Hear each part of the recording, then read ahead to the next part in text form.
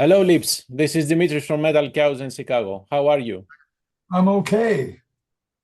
You look okay. You look okay, and it makes me happy. Um, Last time we talked, it was about Impact is Imminent, somewhere in 2022. And back then, you told me that you had already recorded album number 20. Yeah, probably. I Does this mean, mean that's pretty crazy. We were out touring for one album and we're finished the next one. right? That's what I'm saying. Yeah, I think I personally think that. Well, I guess you can never be over really, more ready than ready. Sure. So, how And long ago did you have the album ready? we were finished recording almost a year ago. Okay. Yeah. So should I ask, is number 21 ready? No, Okay, I'm joking, man. I'm joking. no, and I'm holding off. I'm holding off for a bit. In terms of songwriting, you mean? Yeah, like I mean, I've been writing riffs and whatnot here, but I haven't been putting them into I haven't been putting them into practice yet. And that's, I mean, it's kind of expected, right? The band wrote two records back to back. So you have to take a little bit a step back to let Yeah, your, I'd still say that no, we'll be in recording next August, my goodness. like we're supposed to be, and everything's on time. Nothing's we got ahead. So, You follow what I'm saying? We got ahead. We got ahead of the schedule, and that's why there's been waiting. but it's worth the wait, right? Always. So, so I was about to ask because what you told me 2 years ago that if you had all the material and then you chose what songs to put in what albums, but it sounds like this album was not ready back then. You did some work after 2022, right? Oh yeah, no. The stuff is separated. They're Mm. not the same. The same thing with the stuff, the material that I've got sitting in my music bank right now. You know what I mean? It's not attached. It's not attached to what I just did. They never are. They never are. It's always continuing on and coming and using something new. And so the only thing that happens in some cases, they've got the same kind of rhythmical pattern or the rhythmical stuff that we've done before. You know what I'm saying? So that, Mhm. oh, that's like old Anvil. Yeah, right. Of course. It's just one of the kind of riffs I like to play. Right. So there's going to be more, but it doesn't mean that it's going to be exactly what I did before. It's going to every time I do it, it's a different ball game. Endless riffs, endless can make anything. Anything can become a riff. Yeah, and It's true. It's true. And sometimes and the most difficult stuff to actually really come up with is this simple, the really simple stuff that has melody and memorability. That's the hardest stuff to sound convincing, you man, know. I wrote this exactly phrase in the review because, for example, I will give you an example. Um, uh, Feed Your Fantasy is a Right. straightforward, simple song. To the point, someone will say, this is too simple. But then, as you keep listening, it grows on you and suddenly it sounds like the old songs, right? What songs have remained with us? Those simple songs, as we like to say. A simple hook, a simple chorus, and you're done. And those are the most difficult songs to write, right? Actually, yes. And you come upon them very, very seldom. So it's not very often that it turns into that. yeah, But that song, it was not contrived on any level whatsoever. What attracted me was the rhythm of it, having that that. I've never done a song like that, and I like that rhythm. What can I say? So when I was looking for something to sing on it, it went through a whole entire evolution. Like, well, how is this? I mean, I had the musical aspect of the song was written before the singing went in. But I all the arrangement from the first moment it never changed. It never changed once we added the singing. It never changed. It never changed. I wrote the song from scratch right here in my room. It took it in just like that, and that's how we played it, and that's the way it ended up. So it's actually quite interesting. So it went through a whole evolution because once I mean, rhythmically and musically, it was sort of somewhat of a rock and roll song because you do the main riff and then you go to the chord change where the singing is. You do the main riff to go to the chord change and then the third time through you go to the top of the progression. So it's almost it's relatively speaking a blues song, but of course I have a long history of stuff that I listen to that of course it ventures into all those things of rock and roll and blues. Of course it does. It's what I'm from the 70s. I've been playing with Rob since 1973. So excuse me for showing a bit of my age. a bit of your age. Yeah, but I mean that's the thing. I'm using stuff from my era because that's the era I came from. So, but nonetheless, it's what I discovered in after I wrote all the music was that on this repeating rhythm that maybe it should be a repeating vocal, so that and then I started looking for what that might be, and Rob gives me dozens of titles for songs. I mean, that's Rob's thing. He gives me these endless titles, and I get them on my messenger on the Facebook Messenger. I got honestly, man, hundreds. Anyway, so I sit there with that list, and with the music running, and I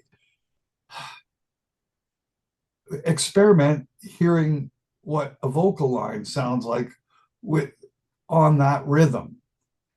So I discovered that one of his titles, which was Road to Sunshine, fit on that song. And I discovered it went, Road to Sunshine, Road. But then it just stayed the same. And then I go, nah, I don't know, man. And then I started writing lyrics. I going, no, man, I can't do this. I can't do it, man. It's not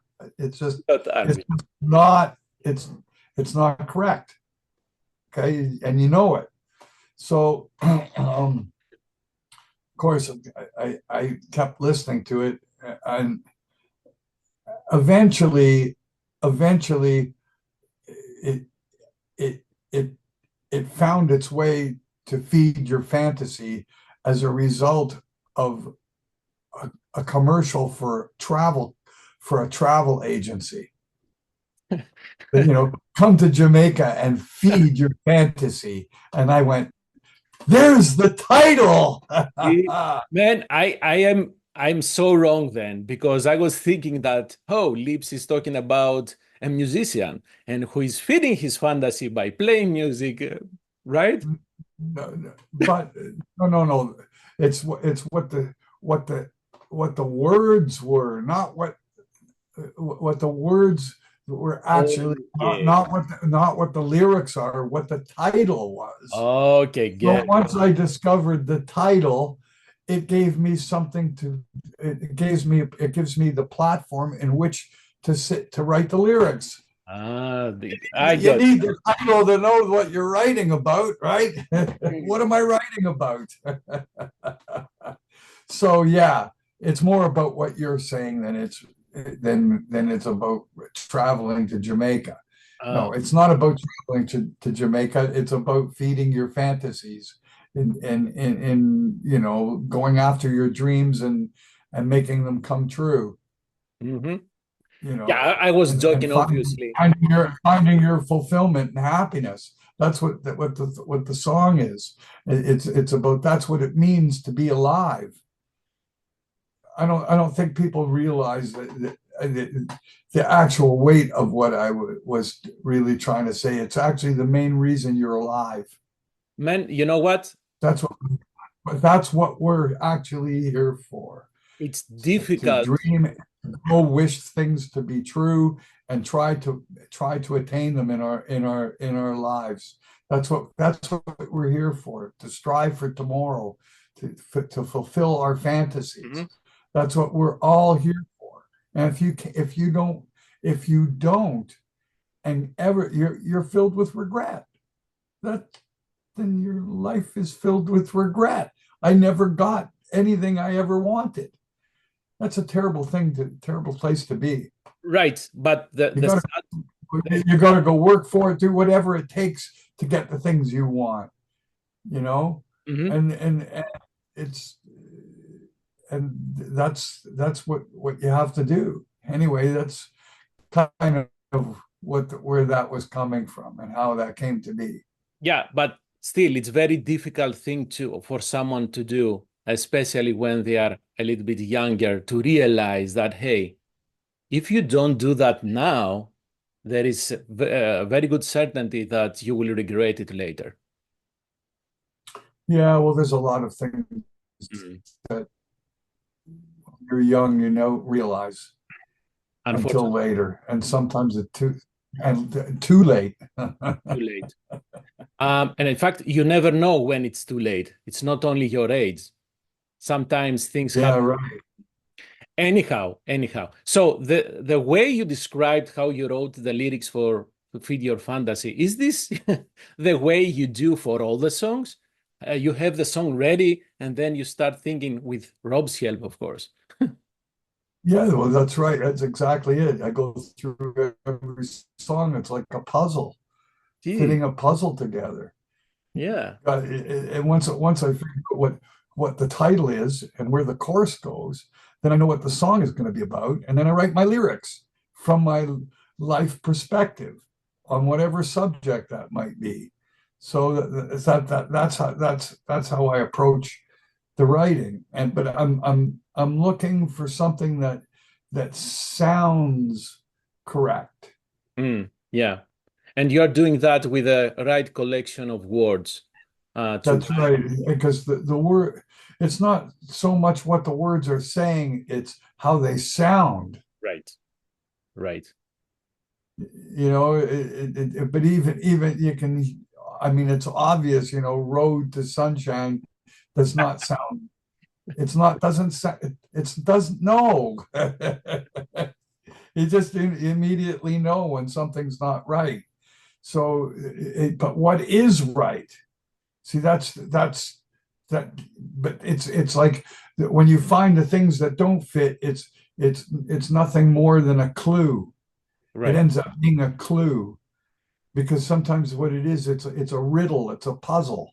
You know what I mean? Mhm. So Yeah, because you have to make the your music. fake names or your mistake names are end up being clues to what the real name is going to be. You know what I mean? Yes. They're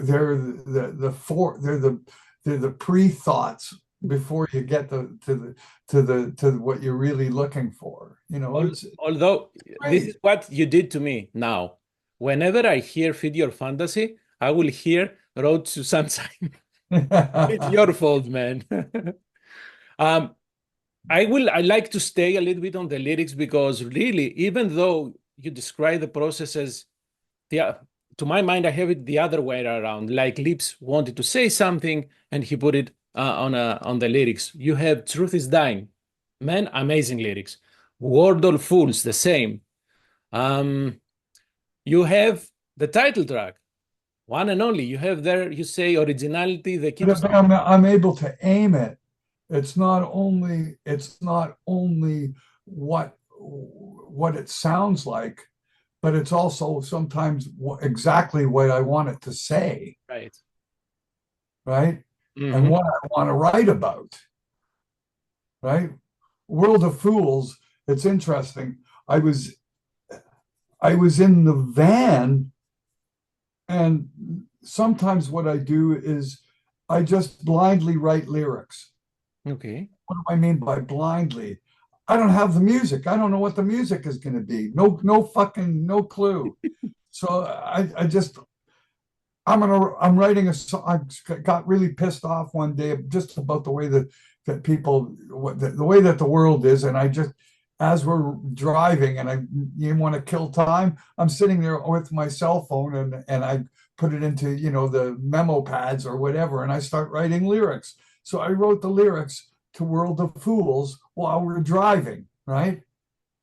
So sometimes, and then what happens is I'm looking, I forget about it, and then I completely forget about it. You know what I mean? Mhm. Then I forget that I've even done that. So eventually, you're going through the songs, and all of a sudden you come to realize World of Fools, and you're going, what is that? Why does that? Why is that familiar to me, right?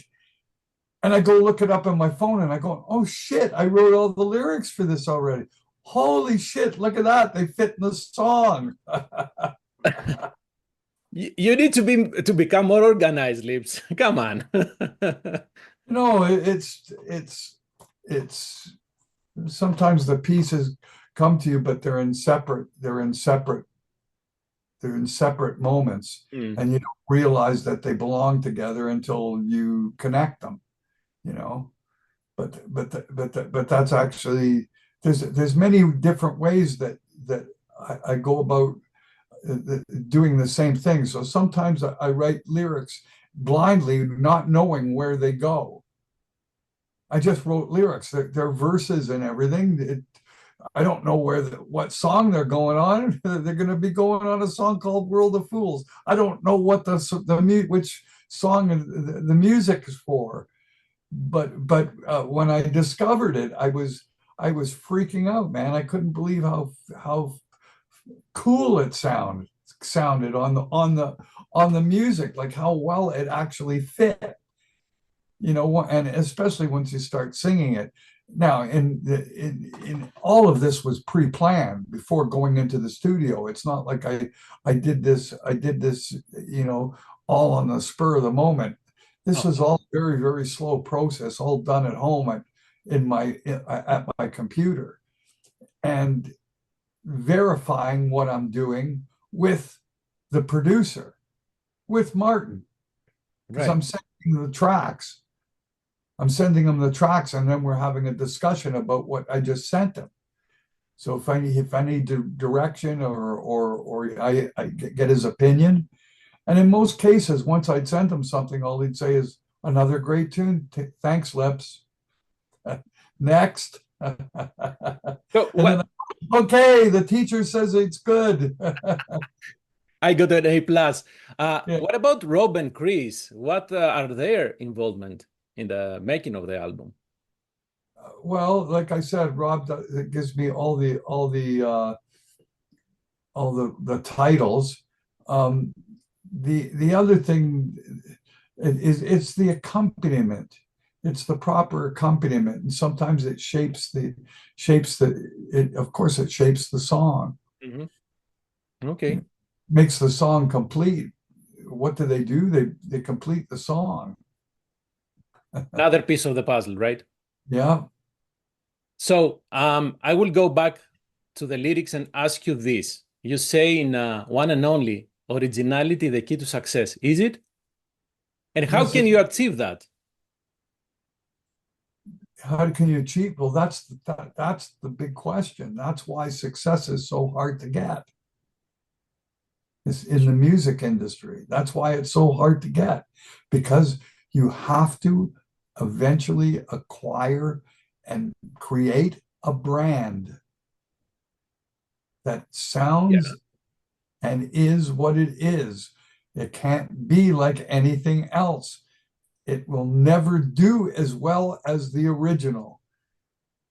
Yes. So in music, can nowadays any band be original? Because we have so many bands, and we used to say that everything has been written and played. It has. So no more originality. How bands can move forward? You, well, it's in songwriting. You got to create songs that are unique upon yourself. You know that no one else could make that sound but you guys. Mm, That's what you got to do, and you've always that's never changed. That's never changed, nice. right? So And you're that's about, who the members are in your band and what they bring to it. What's the accompaniment to your guitar playing? You know, and that makes a huge difference. And but the thing is, it's finding the right guys that bring a certain capsule of sound mm, that it sounds only like them. That you hear the first three notes and you go, that's so and so. I understand Without what you're hearing the vocals, without hearing it, the second you hear it, you're going, that's, you know, saying. like Hmm. I think you know what I'm saying. That like I understand, and my mind. I think I could listen to less than 10 seconds of any Motorhead song and recognize it in 3 seconds. Okay, you brought an example that is the definition of originality, and because of that, every band that tries to even sound like Motorhead, they sound like copycats. That's right. Right. That's just more of the same. Correct. It's not identifiable. Mm, And yeah, if it's not really identifiable, then it's not going to stand out. Then it just becomes one of the crowd. It's not, it's not a leader, it's a follower. correct. And And that's actually what the difference is. yes. That's what the difference is. That's what originality gives you, but more than anything else, it gives you leadership. Hmm. You know, and and it takes a lot of bravery to go do it. Yes, because you have studios, right? Right, the famous studios. As an example, uh, in my earliest days, all the bands, the way they started out, they played cover music. Right? It's just the way it was. You go out and you play cover music, and if you're a pretty good band, you write a couple of your own songs and you throw them into the set list. Well, Rob and I, when we started it, before we put Anvil together, the two of us uh, just rehearsed together and wrote probably about 25 or 30 songs, which included everything pretty much on the first album and a number more of extra songs that we never used that are still from those days. So what we did is we then put an ad in the newspaper looking for musicians that would be willing to join and be part of an original band, which in other words, which would want to be part of something that can't work or doesn't make money. It's just a nice way of saying that. Okay. But man, you're describing Anvil. because that's what it amounts to. I'm laughing because it's you can see it in hindsight how delusional we were in believing that we're going to just put a band together, play a bunch of originals, and bingo, it's going to happen. Well, it When wasn't, and even in the 70s, even with the originality that we did have and what we were doing, it still wasn't we were out of step with the times. We were ahead of the time. So then we didn't interest people because we're doing something they didn't understand yet. right. It's bizarre. So but having said that, that's what you need to be. That's what you Yes. needed. That's what we needed to be in order to get anywhere. So, of course, we have this vision that this is what we're going to do. So, we go and do our first gig, and of course, we found out very quickly that people are going, "Who are these guys? What's their music?" I'm like, we don't even know what the hell they're playing. And of course, the report back from the club is, we don't want them back unless they're going to do some cover tunes.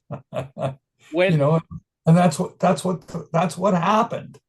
So of course, the agent says to us, "Listen, man, you gotta you're ruining your opportunities because everybody's willing to hire you guys. It's not a question of that. You're a professional band, but they need to be able to sell you mm, and know, like, you got to give us something to sell you with, because they don't know what you are, or what, because they can't listen to you haven't got a record. So we need to do some things here to adjust." So of course, being a huge Ted Nugent fan, like that I was at that point in time, we we picked up a half a dozen of Ted Nugent songs and put them through our set. So through the 3 or 4 sets, so that you'd have a Nugent song, two one lip flip songs, songs, yeah. a Nugent song, 2 lip songs. You know what I mean? And Yeah. it was a third basically a third of our repertoire was Ted Nugent. And then, and there were other songs as well, I think we did a version of Jumpin' Jack Flash, which was the Rolling Stones, and what else was it? There was, of course, we did uh, uh, I got to think of the song "Paint It Black." We did a version of that, which ended up on the first album. There were cover songs. We did a version of "I'm Not Your Stepping Stone" by the Monkees, but believe me, it didn't sound like the Monkees. Do you have stuff? It had a speed metal center, it's like, okay, whatever, but it was a metal version of that song. But we're talking about the 70s. We're taking songs that were classics from the 60s and redoing them in heavy rock style. It's like, it's unusual. That's what we thought of. If we're going to do cover songs, they're going to be done the way we do Yeah. them. Do you have So material from that period of time? You said something like you no, wrote. I don't think there's no, I don't think so. I don't think there's any footage No, I'm talking of about any of that. music that you wrote back then, but you haven't released.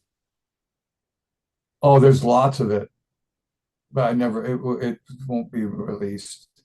Why? Well, no point. Well, No yeah. point. Even as part of Anvil's history to show how the band started, aside from the book and the movie. I mean, so the lip songs that you wrote. I think there's enough of songs released that maybe shouldn't have already. Mm. Okay, fair enough. Honestly, and I know that's a weird thing to kind of say, Oh, no. but Open. in some cases, it's you know we wouldn't have done it.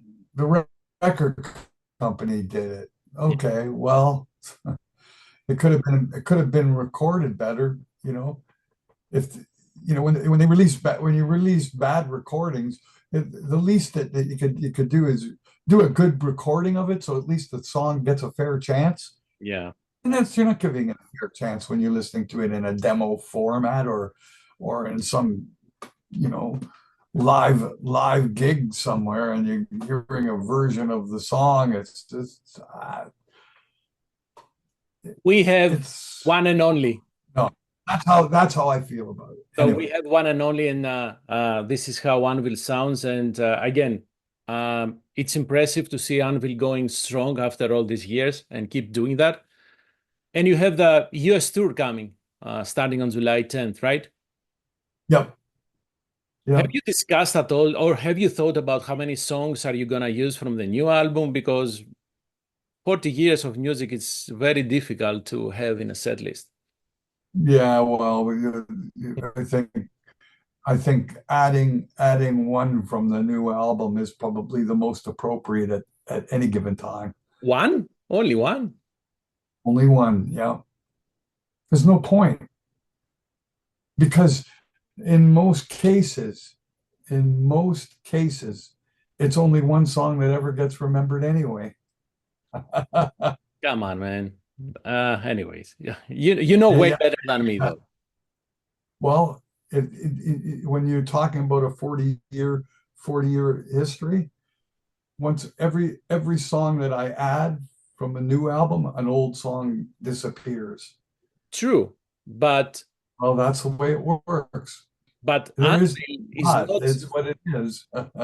Hold on, Anvil is not an oldies band. It's a band that is active right now. It's writing music, and the music is really good. So why don't we put more set? And as it is, we've almost we've way there's 2/3, if not more, of the set is all from new era. Right. Okay, that's fair. Right? That's really what's going on because you got no choice. How do you not do This Is 13?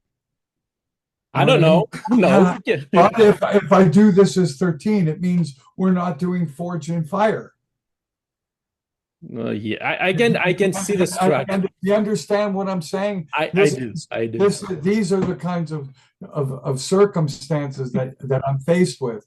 So what I look for is a certain tempo and a certain key.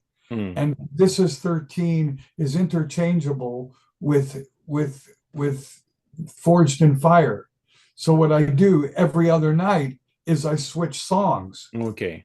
Okay. So one night I'm playing Forge and Fire, the next night I'm playing This Is 13. They're generally very, very similar songs, so they represent the same tempo change in the set, right? So they're completely interchangeable. So there are a few points in the set that I could do that, like in the third song, which comes after 666, because it's March of the Crab 666. The third song, we sometimes interchanges between from the first album, Ooh Baby or School Love. Mm. Okay. See, you follow what I'm saying? Yes, So, I do. I do. and that's how things work. So what happens with the new material? Well, we had a position we were playing two new songs generally, and then what happened was, of course, you do another album, so you have one song from the other newest album, and then One for the previous. the other newest album, and that's where we're kind of left. So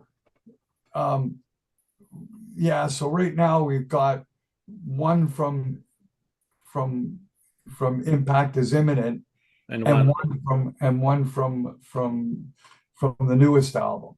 So that's why I understand, but I it's take up two songs in the set mm, because then you can't, and I don't know. It's just the way it works. What can I say? I understand. But to my mind, as I listen to the new album, I say, okay, this will sound good live. This will sound good live. And suddenly I have four choices. But I do understand what you're talking about, of course. Yeah, I mean, yeah, yeah, there could be a lot of songs. Well, you know what? Time will tell the most. Yeah, of We'll course. see how what the what the response is in the long run. That's the big question. Yeah. So But we find that people get really excited at the beginning, and then you never hear another thing about it. So I don't know what to say. If you're right. very, very hungry attitude to have it, then once they got it, it's like, okay, thanks, bye. Next. September 21st, you have a show in your hometown. Are you planning something special? Because that will be sending off the band to Europe, right? Yeah, well, it is something special because it's saying we'll see you later, man, because we're going to be starting the whole cycle of touring.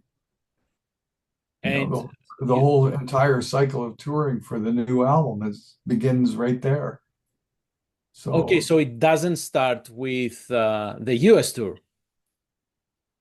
no, because after the 21st, the next gig is in the States.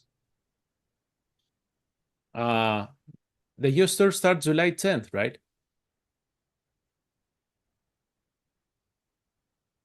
Or I should say Europe. I'm Okay, it's okay. Europe. I Okay, meant so Europe. okay, the cycle in Europe will go Yeah, until, that's when that's yeah, got it. it's send off to Europe, man. That's where we're Okay. going. And it's 3 months. So So it will go through the entire 2024, right? nah, you're gonna be a long while in there. I don't know it'll end up probably close to the end of the year, Hmm. and then uh, probably in the spring we'll go back to the States one more time. Good to know. That's Okay. that's that's the usual that's the usual thing. Are you gonna release another music video like you did for Feed Your Fantasy, or this is done? I don't think so. Okay, okay. There's plenty of stuff on the internet if you want to watch us play live. Oh, and I know. Um, Oh, there's a great rendition of um, what song am I thinking of? Truth is Dying. There's a live version from a gig that we did in Toronto. It's awesome. Wow. so you see, you have lots of songs. The natural sound of whatever's happening in that room. The guy recorded it with his phone, and it still sounds amazing. That's impressive, to be honest. Yeah, no, it still sounds amazing, and it's a great, great, great performance. It just is. It's just sounds awesome, and it just is, man. It's like wow. And I think it was the second time we ever played the song live. Wow. Lips, thank you very much for your time, man. I appreciate the album. Say hi to Chris and Rob, and see you in Chicago. Okay, man. Have a good day, man. You do, man. All Bye bye. right.